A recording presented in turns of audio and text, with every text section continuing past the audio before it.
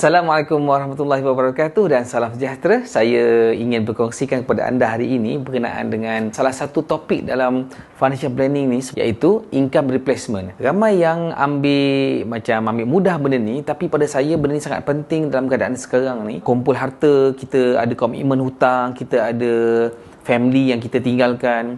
Jadi setiap orang sudah tentu menyediakan sesuatu platform ataupun backup plan untuk orang yang tersayang. Cuma kadang-kadang mereka tak faham kenapa. Kenapa bila cerita pasal income replacement, bila cerita pasal hibah takaful, kebanyakan antara yang saya jumpa, dia tak faham konsep kenapa. Jadi dia rasa macam benda tu tak penting, dia rasa benda tu mungkin tak perlu buat sekarang. Kebanyakan mereka mengambil benda ni sebagai satu benda yang mudah ataupun yang tak penting.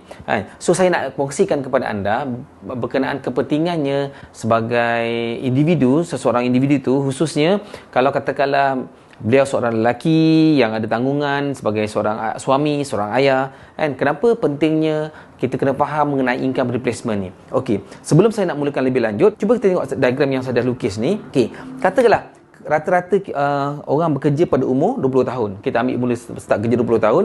Okey, so tempoh biasanya kita bekerja sampai umur retire, katakanlah kita umur 55. Walaupun sekarang ni kalau government sampai umur 60, kita ambil average umur 55, kita retire. Okey. Dan lifespan kat Malaysia ni, jangka hayat kat Malaysia ni on average kalau lelaki sampai 75, kalau perempuan mungkin lebih sikit.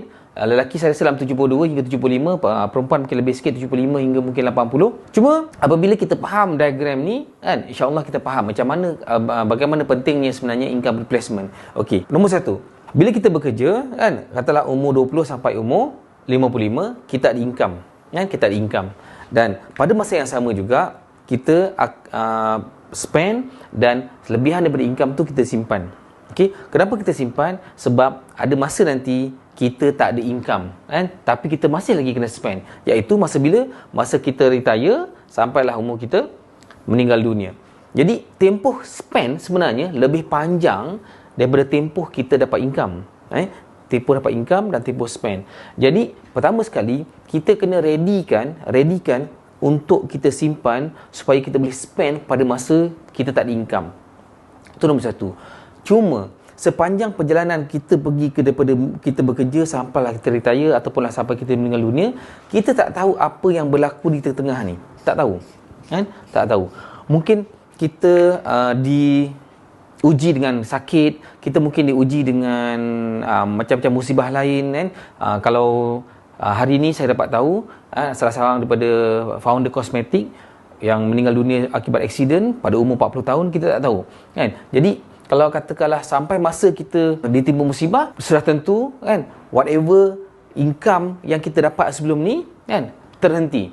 Jadi itulah sebenarnya pentingnya kalau katakanlah kita sebagai seorang lelaki, seorang suami atau seorang bapa yang ada tanggungan, ataupun kita yang ada buat hutang, komitmen hutang dari segi property ke, hutang perniagaan ke, hutang apa ke, jadi sudah tentu kita perlukan backup income replacement ni. Okey, so bagaimana nak mulakan?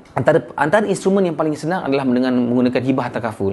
Macam mana hibah takaful tu berfungsi? Iaitu katakanlah seseorang tu mencarum dalam satu plan hibah tu, sekiranya berlaku kematian ataupun lumpuh kekal keseluruhan ataupun sakit kritikal, syarikat takaful akan beri pampasan kepada pencarum tu. Disebabkan apa? Sebabkan selain daripada kehilangan nyawa, mungkin kehilangan upaya, mereka juga hilang income. Jadi itulah sebenarnya konsep penggantian income ataupun replacement income yang anda patut tahu, dan mungkin anda patut mengambil tindakan untuk buat sesuatu, kerana whatever income yang kita ada mungkin akan terhenti disebabkan oleh beberapa perkara, contoh kematian, kemalangan, sakit kritikal, kan? Jadi sudah tentu di saat itu, expenses, walaupun kita dah tak kerja, walaupun kita mungkin mengalami masalah dari segi kesihatan semua everything, tapi expenses tetap berjalan, expenses tetap kita perlukan. Kepada anda yang mungkin nak tahu lebih lanjut mengenai plan penggantian income ni,